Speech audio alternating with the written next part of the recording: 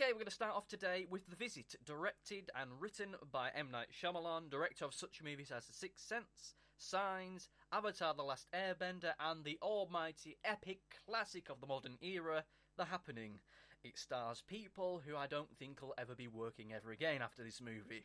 The story is that two teenagers go off to stay with their grandparents whom they've never met before. Then spooky weird things start happening all around the house.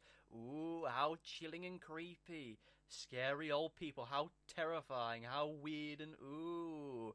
Isn't this movie scary? Oh, good grief. Look, I should probably stop being flippant and actually get down to the meat and potatoes of the review, and I have to say that this movie is quite possibly the worst horror movie that I have seen this year, and that includes Unfriended. At least with Unfriended, some people could read clever, fancy, intelligent things into it. You can't read anything good into this movie other than this distinct feeling that you've wasted 90 minutes of your life. The movie is dull, woefully dull and ineffective, with no real scares to it whatsoever. There are only two moments that actually made me jump, only two moments that put me on edge whatsoever, which was literally when two characters jumped out and shouted boo, and that's just about it. There's very little done to actually build up any tension or any kind of suspense to the movie whatsoever.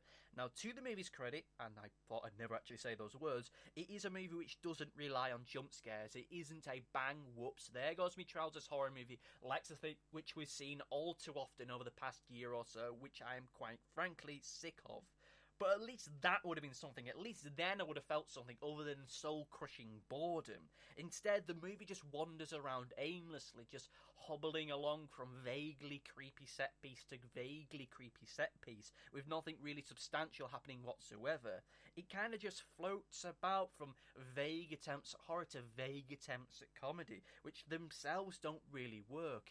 I swear the kids in this movie are utterly insufferable, particularly the little lad who feels the need to rap at any given opportunity. The scariest thing in the movie is when this kid is rapping. It just makes my skin crawl, for crying out loud.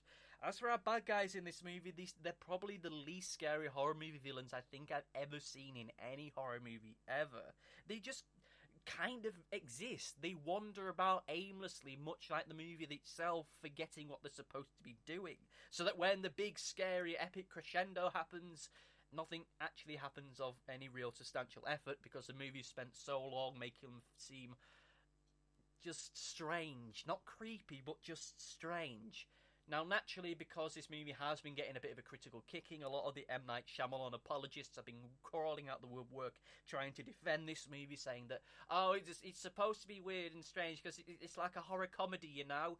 Here's the thing, this movie isn't a horror comedy, as the humour within this movie is either totally inadvertent by sheer bad acting, bad writing, or bad directing, or it comes from the character of Tyler, who is played by the young lad in this movie, who is the movie's comic relief. It is his job within the movie to make fun of the situation, to make wacky jokes, even though the jokes themselves take so much from the rest of the movie. That's his job, but he's the only character that really has the jokes. So, in the end of the day, Your Honour, this movie isn't a horror comedy, as there's nothing really funny about it, as the jokes he does are utterly insufferable.